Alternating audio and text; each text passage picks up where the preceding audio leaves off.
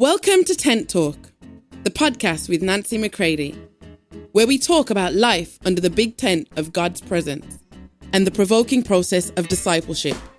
Here we go. Well, here we go. I am sitting in the United Lounge at Heathrow Airport in London, UK, and it is my 21st day of travel on this trip, so I am just barely making it under the wire because my board tells me never more than 3 weeks at a time, preferably less.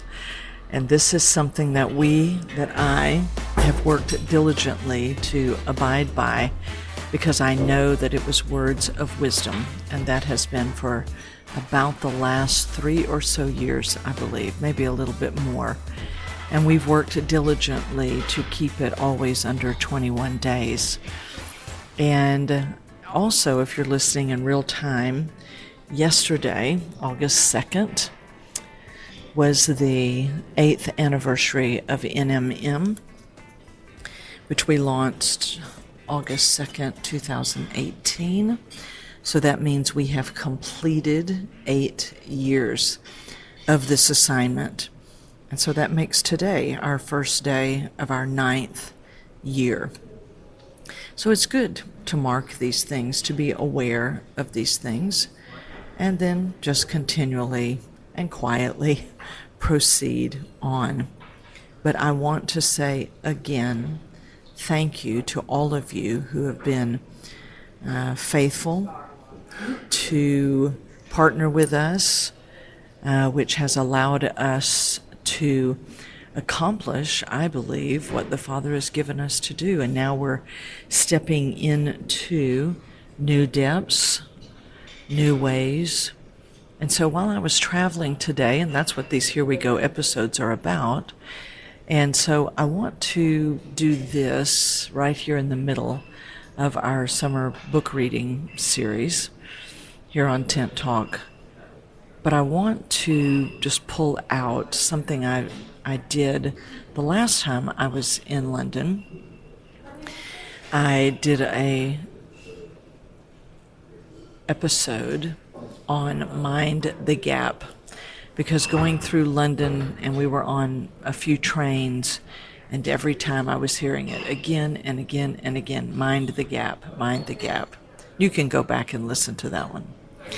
Today, as I was moving through the 15 to 20 minute walk from security here at Heathrow until I would get to my gate, which happens to be right across from the United Lounge.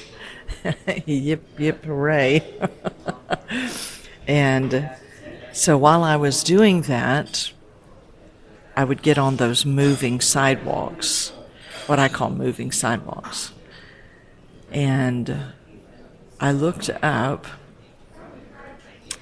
and there was a sign that said, face direction of travel. I'm thinking, there needs to be a sign that says that? And then I thought, yes, I guess there does. And so it put me in the remembrance of Mind the Gap, which put me to thinking about how things that we may read in everyday life, and then we're like, So this might be a very funny way of looking at a summer reading series, but this one is not on a chapter or a book. It's on a sign. And so this is the summer. I was reading this sign, so I'm going to include it in this episode. Because is it not true? Though it may seem so common sense, you're like, they invested money in that signage. People have to be told to face direction of travel.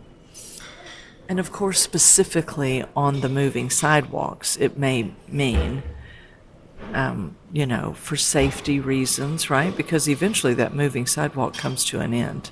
And if you're not facing the direction of travel, then you're going to hit solid ground, and then it's going to cause, obviously, a stumble, a fall, trouble for other people that are walking. But when I thought about it, I thought, how interesting, because we can say, I want to move forward with the Lord, and then the Lord himself says we're going to need to look a bit at the past, right? And those things can seem contradictory, but they're not. There are many things that seem contradictory, paradoxical, when we walk with the Lord. But in this facing the direction that he has us going in, there is a necessary place where you have to make certain that you're not wanting to go forward, but keep letting things and strongholds and bondages of the past keep tripping you up. So face the direction of travel, and when it's time to deal with something from the past, then he'll let you know that, right? But oftentimes it can be that we are constantly looking back. Maybe it's simply nostalgic. Maybe we wish we could go back to earlier days when we didn't have as many responsibilities. Maybe we're looking at people that are only in our memories and they're not with us now for whatever reason, and we are grieving and missing them terribly. Or maybe we're spending our time wishing for a different epoch of time, rather than the one that we're in and the one that we are facing. And it's easy for me today to face the direction of travel, because as much as I have loved being in Poland and being in Europe and in the British Isles over these last 21 days, I'm ready to go home. I'm ready to be headed in the direction that I'm going. And yet we know that we can hunger for what God is about to do and yet keep looking to the past. We all know that Israel longed for Egypt. We've read that Lot's wife turned around, turned to salt. Paul describes it as those who set their minds on earthly things. And yet maybe it's just that today, maybe for me, and I'm sharing with you in my Here We Go episode, that maybe the Father is simply saying, turn your face towards where I am taking you. We know that this was said of Jesus in Luke 9:51. It said he steadfastly set his face to go to Jerusalem. I believe it's in the Message Bible. It says he was gathering up his courage and steeling himself for the journey ahead. And steel yourself, S-T-E-E-L, means to mentally prepare. Because oftentimes when we're stepping into the absolute unknown, going forward, though we have a general idea, I have an idea. I know I'm at gate B47 on a particular United flight today. I know that we're headed in the direction of Houston, Texas. But I really don't know everything that could happen. Flights can be canceled, diverted. Many things can happen. But I step in to that flight and I head in the direction that I know that God is taking me. Even though there are many unknowns, aren't there? And yet we continue to move with him. But with Jesus, it said in Luke 9:51, as he had his face set towards the cross, set towards his full agreement with the Father's orders, he mentally prepared. What might you have to do today to let Holy Spirit mentally prepare you today? You know, Jesus wasn't setting his face towards Jerusalem thinking that it would be pleasant. He set it there because it was the Father's direction. And once you set your face towards the Father's direction, then everything else in you, when that will is settled towards him, It's not because I know everything that's going to happen or be required, or it's because the Father has said so. And that is living like Christ by his very life in me. So I face the direction of travel because it's the Father's direction. And maturing sons keep their face aligned with the Father's movement, even though they know the journey ahead might lead them through misunderstandings, obscurity, sufferings. You may suffer the absence of people that you want to be with. The endurings, what will be required to endure. For Jesus endured the cross. Those were his specific set of circumstances. And he endured that. He did not run from it. He faced the direction of travel. He kept his eyes set upon the joy that was set before him, which was returning to the Father and bringing us with him. So we've been talking in our previous episodes out of chapters 12 and 13 from the green letters about distinctions of the cross, being certain that we understand that that which he endured, we now live in and benefit from. It's actually what enables us to live the same way. So we don't want to fight the Father, do we? We don't want to fight the direction of travel by being turned around. We want to be full face towards him. And as he leads, we will follow. As he directs, we will agree.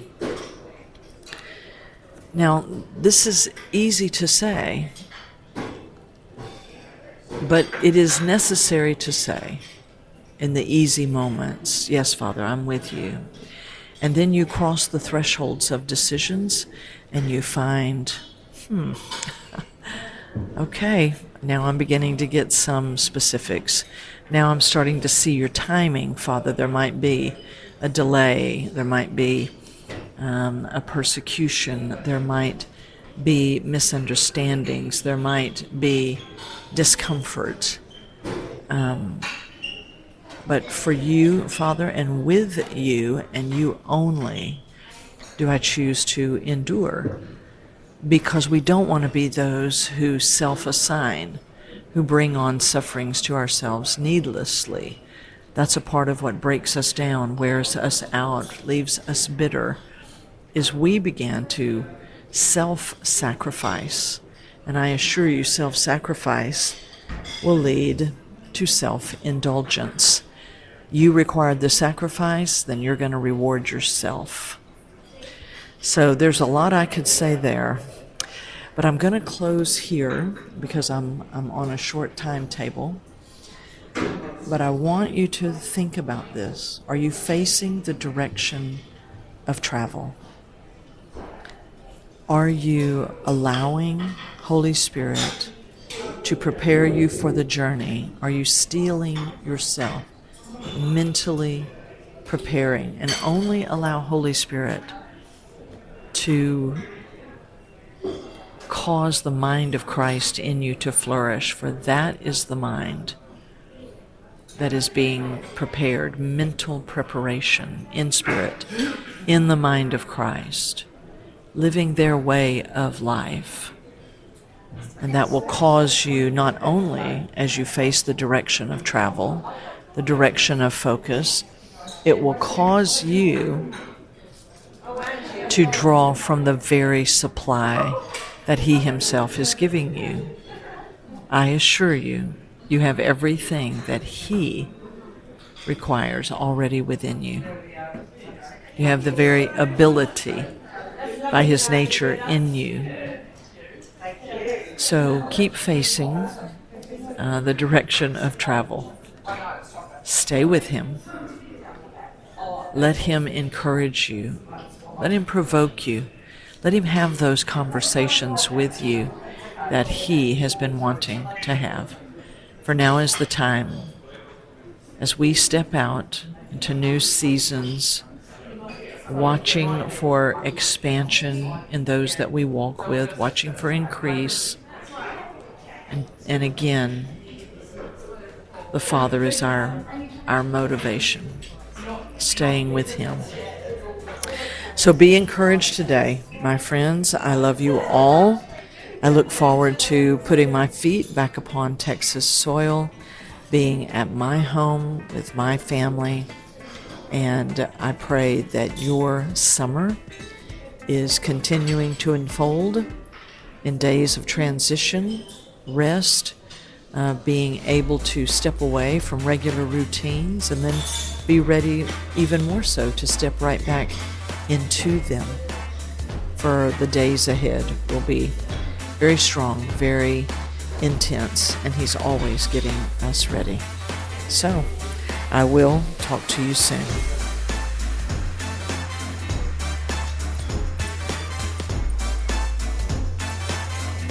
For more information on Nancy, please visit nancymccready.com or follow her on social media at NBMcCready.